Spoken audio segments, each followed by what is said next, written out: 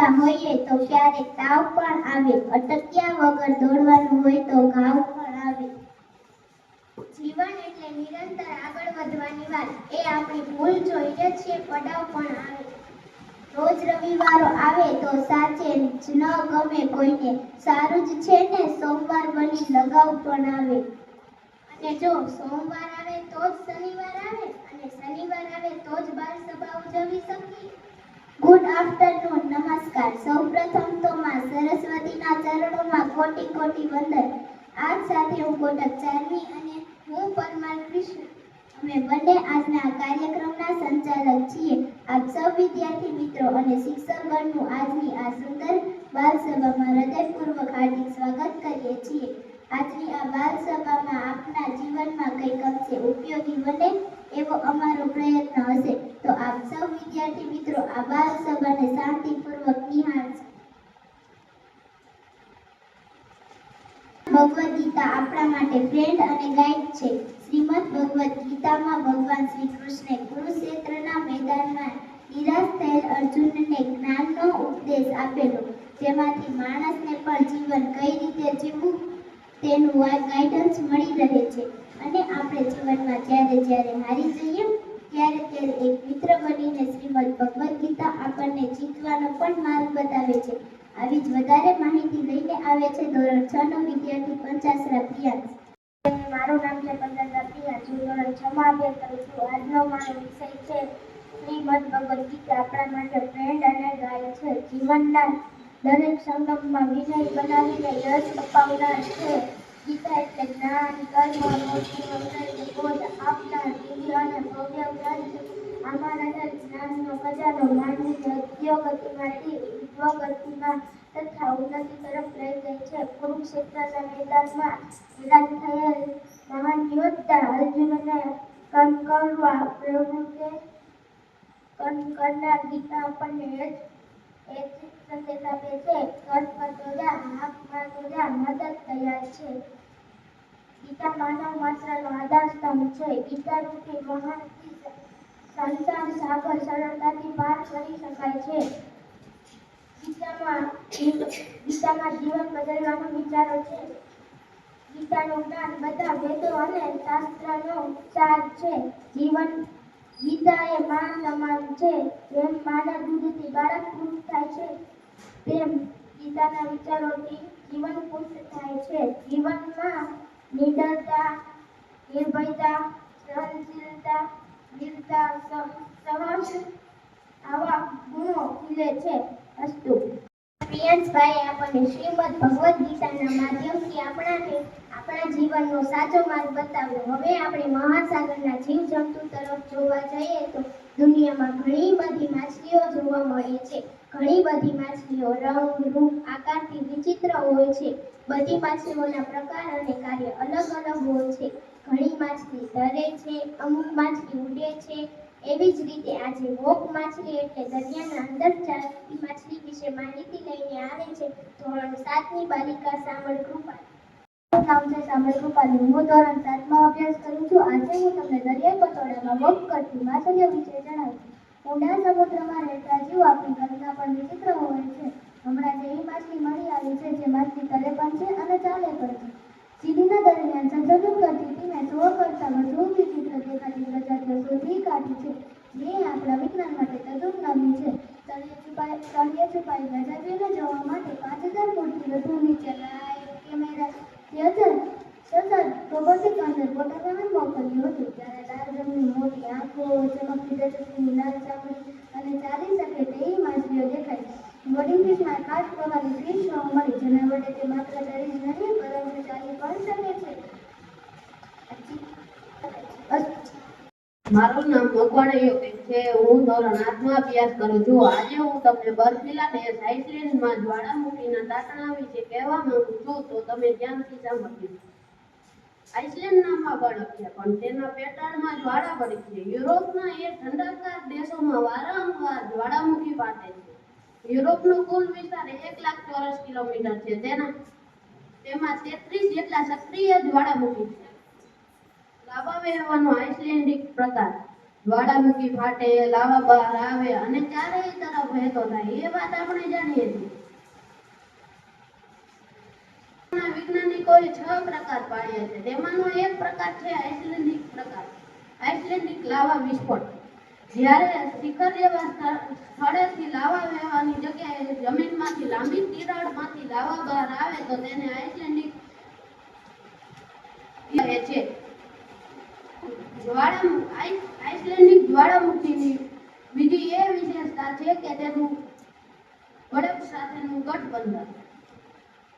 ઘણી હિમનદીઓ આવે છે. જ્યારે જ્વાળામુખીમાંથી લાવા બહાર આવે ત્યારે બરફ અને લાવાનું મિશ્રણ જોવા મળે છે. અસ્તુ. યોગેશભાઈ, ચોમાસામાં જો વરસાદ સારો હોય તો લોકોને આખા વર્ષ માટેનું પાણી મળી રહે છે, પણ સાથે સાથે રોગચાળો અને બીમારીને પણ લાવે છે. જ્યાં ત્યાં પાણી ભરેલા હોવાને કારણે ખૂબ જ મચ્છરોનો ઉપદ્રવ વધે છે. તેમાં મેલેરિયા, ડેન્ગ્યુ, ચિકનગુનિયા વગેરે ફેલાવાના મચ્છરનો ઉપદ્રવ વધે છે. પણ આ મચ્છરોને મોડિફાઈડ કરવામાં આવે છે. પણ એટલે શું, તેની જાણકારી લઈને આવે છે ધોરણ 6 ની વિદ્યાર્થીની જાબડા સેજ. મારું નામ જાબડા સેજ છે. હું ધોરણ 6 માં અભ્યાસ કરું છું. હું આજે મોડિફાઈડ કરેલ મચ્છર વિશે 2-3 વાક્ય કહીશ, તો ધ્યાનથી સાંભળો. દક્ષિણ અમેરિકાના કોલંબિયામાં પાછલા કેટલાક સમયથી ડેન્ગ્યુના કેસમાં નોંધપાત્ર ઘટાડો થયો છે. રોગચાળાને નિયંત્રિત કરવા WWF વર્લ્ડ મોસ્કીટો પ્રોગ્રામ નામની સંસ્થાના નિષ્ણાતો કોલંબિયામાં જોવા મળતા એડિસ ઇજિપ્તી મચ્છરના શરીરમાં વોલ્બિયા નામના બેક્ટેરિયા ઉમેરી દીધા હતા, જે મચ્છરોને ઘાતક બીમારી ફેલાતા રોકવાનું કામ કરે છે. આ મોડિફાઈડ કરેલ મચ્છર ખાસ કોલંબિયામાં સૌથી વધુ બ્રીજ વસ્તી ધરાવતા વિસ્તારમાં છોડવામાં આવ્યા હતા, જેથી બેક્ટેરિયાનું ચોક્કસ પરિણામ નોંધી શકાય. પરિણામ રૂપે કોલંબિયામાં ડેન્ગ્યુ જેવા રોગોને માત્રામાં 94 થી 97% જેટલો ઘટાડો જોવા મળ્યો હતો. રસપ્રદ બાબત એ છે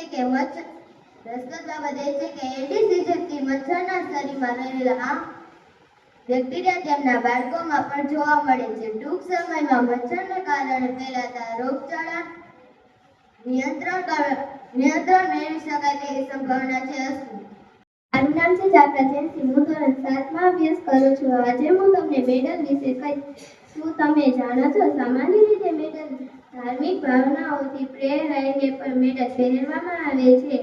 મેડલ ધાર્મિક ભાવનાઓથી કહેવામાં આવે છે કે મેડલ સામાન્ય રીતે ગોળાસમાં કોતરેલા બીબામાં ઢાળેલા કે સ્ટેમ્પ કરાવેલા હોય છે. શું તમને ખબર છે, આપણા ભારતમાં 3 એવી રમત હોય છે જેમાં મેડલ આપવામાં આવે છે? એવી કઈ રમત છે તમને ખબર છે?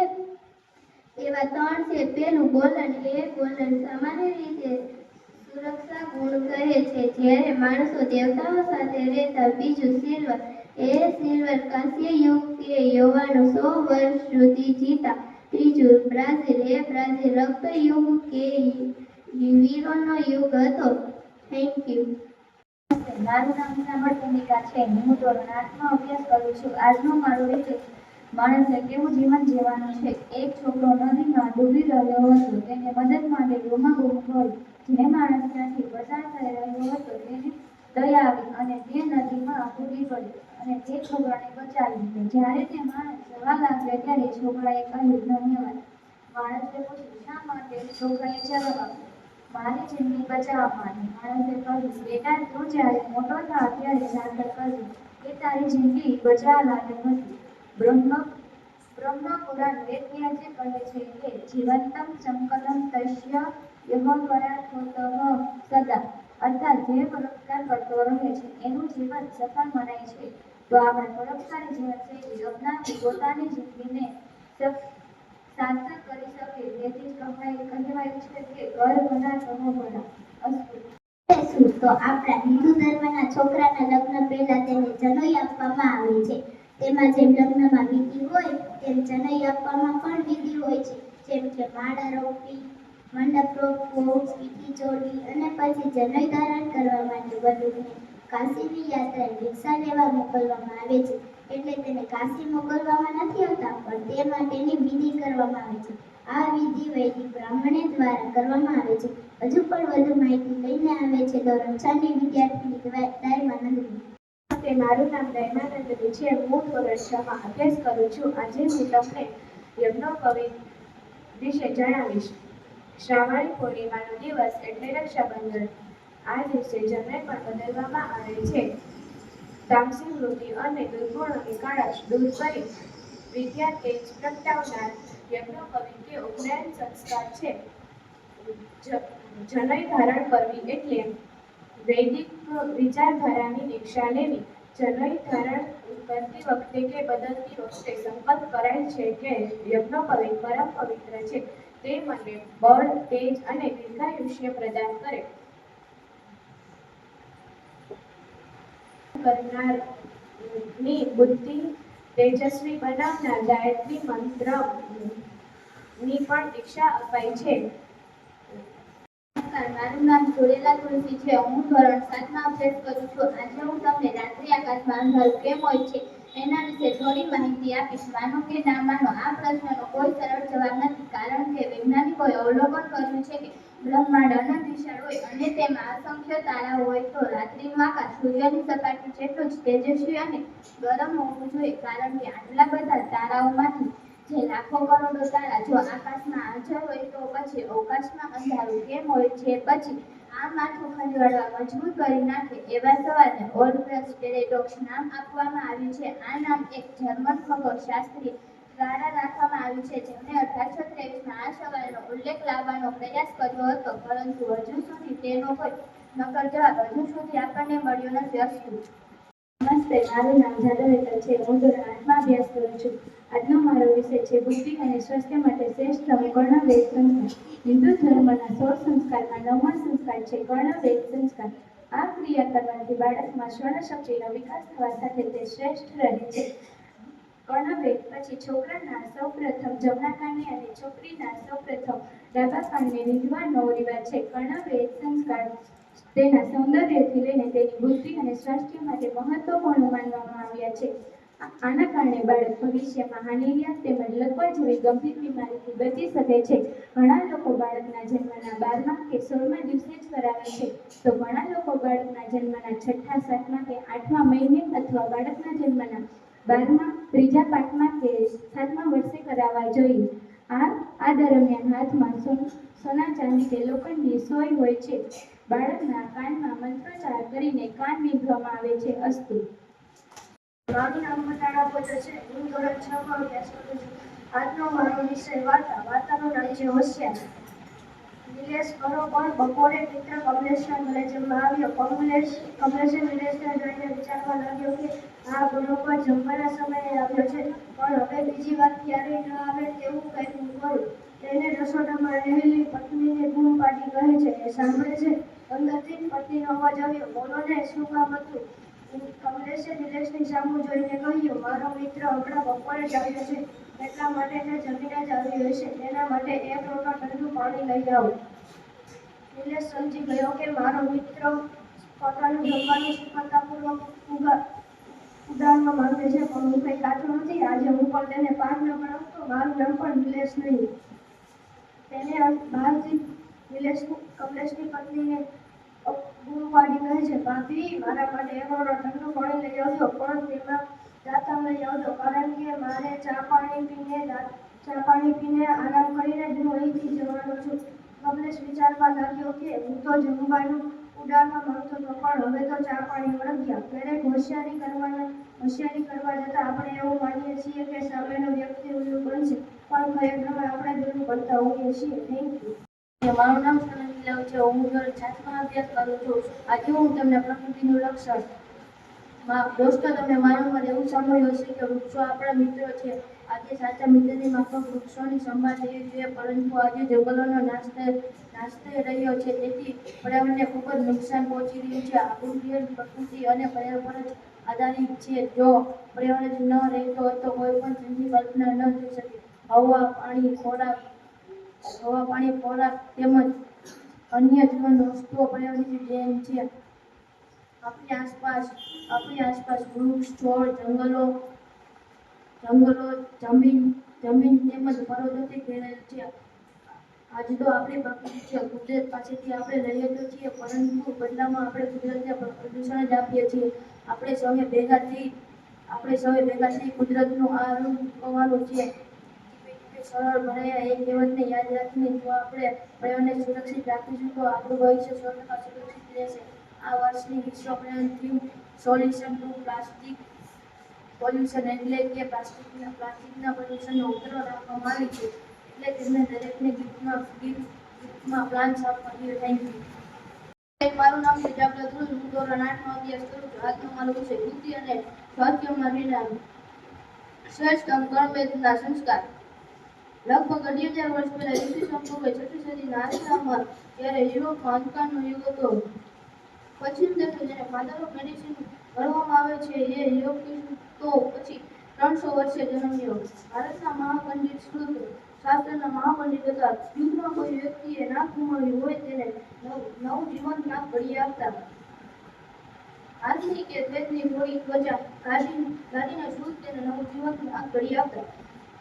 આજે સચિવ ડોક્ટરો શસ્ત્રક્રિયા પૂરી થયેલ જખમના ટાંકા લેવા માટે સૂચક પહેરતા દોરો વાપરે છે. મહર્ષિ શ્રુતના સમયમાં સૂચક એવું કશું જ ન હતું. તેઓ જખમના ટાંકા લેવા માટે સામસામેના બે સ્નાયુઓને એકબીજાને અડોઅડ લાવીને ચપટીમાં બેસાડી દે. પકડાયાના લીધે ગુસ્સે થયેલા મકોડો ચપટો કરે, તેથી શ્રુત તેના ગઢને કાપી નાખે. મકોડાના બે દાંતીઓ એ પછી જ્યાં ને ત્યાં ટાંકા લેવા એમ સમજો. Thank you. प्यार के बिना जीवन अधूरा है और आपकी तालियों के बिना यह कार्यक्रम अधूरा है.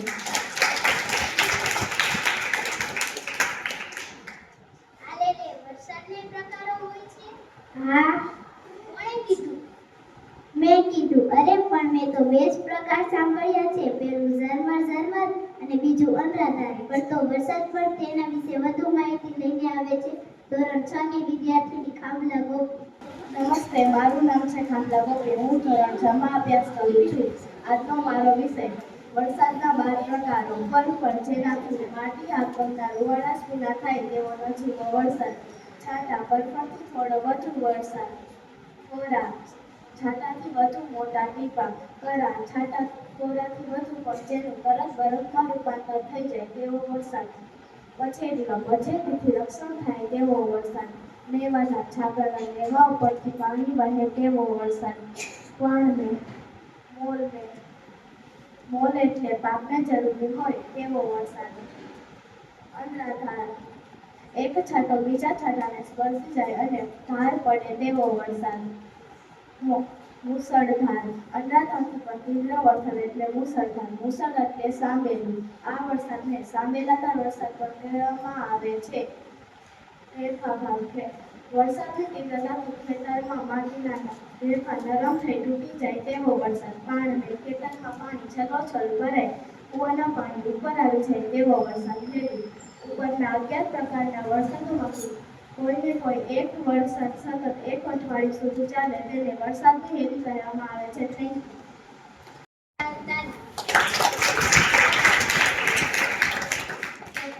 આ વરસાદના પ્રકારને આપણે યાદ રાખીશું અને આ ચોમાસે કયા પ્રકારનો વરસાદ પડ્યો તેની નોટિસ કરીશું. જીવનમાં આપણે ઘણી બધી માહિતી વિશે સાંભળ્યું હોય છે, પરંતુ એમાંથી અમુક પ્રાણી અને પક્ષીની વિશેષતા આપણને ખબર જ નથી હોતી. એવું જ જાણવા જેવું લઈને આવે છે ધોરણ 7 નો વિદ્યાર્થી રાઠોડ પ્રિન્સ. મારું નામ છે રાઠોડ પ્રિન્સ. ધોરણ 7 માં અભ્યાસ કરું છું. આજનો મારો વિષય જાણવા જેવું. દુનિયાનું સૌથી ઝડપી ઉડી શકતું પ્રાણી પક્ષી શું પણ 106 પ્રતિ કલાકે ઉડી શકે છે. ઉગવા 3 વર્ષ સુધી સૂઈ શકે છે. સંશોધન પરથી જાણવા મળ્યું છે કે જે માણસે થોડાક સમય પહેલા કેળા ખાધા હોય તેની તરફ મચ્છર જલ્દી આકર્ષાય થાય છે. કંસરીના કાન તેના આગલા પગના ઘૂંટણની નીચે આવેલા હોય છે. શાર્ક નામની માછલી રોગ પ્રતિકારક શક્તિ એવી છે કે તે કોઈ દિવસ બીમાર પડી શકતી નથી. બ્લુબેરના ધબકારા અંદાજે 3 કિલોમીટર દૂર સુધી સાંભળી શકાય છે. એવા કાંટો માત્ર એક એવું ફળ છે જેમાં એક જ મોટું બીજ હોય છે. બમ્બલબી ચાંપાચીડીનું વિશ્વનું સૌથી નાનું પ્રસ્તન પ્રાણી છે. વાંદરાની ઉંમર માણસની જેમ જ વધે છે, તેને માથા પર ડાલ પણ પડે છે. બિલાડીની પૂંછડીની લંબાઈ કરતાં તે 7 ગણી ઊંચાઈ સુધી કૂદી શકે છે. અસ્તુ. જેવી રીતે બગીચામાં ઝાડી વગર બગીચો અધૂરો હોય છે, તેવી જ રીતે દરેક મહેફિલ તારી વગર અધૂરી હોય છે. Clap your hands. તો આજની આ બાલ સભાનું સંચાલન અમે અહીં પૂરું કરીએ છીએ. તો અમને શાંતિપૂર્વક સાંભળ્યા બદલ તમારો ખૂબ ખૂબ આભાર. દ્વારિકા દેવ જોયો મૂર્તિમાં મન મોયો, સાંભળ્યાને વારી જોયો, ગોમતીમાં પાપ ધોયો, રૂઠેલા રૂપમાને જોયા, દેવભૂમિમાં સબરી હોયા. આતું જશોદાનો લાડકવાયો, નંદની આંખોનો તારો, ચોરીમાં કડકાના ગોવાળનો શેતવારો, ગોપીઓના મન રમનારો, મન વગડે ગાયું ને ચારો, રાધાના હૃદય રમનારો, કાળિયો તું કામળગારો.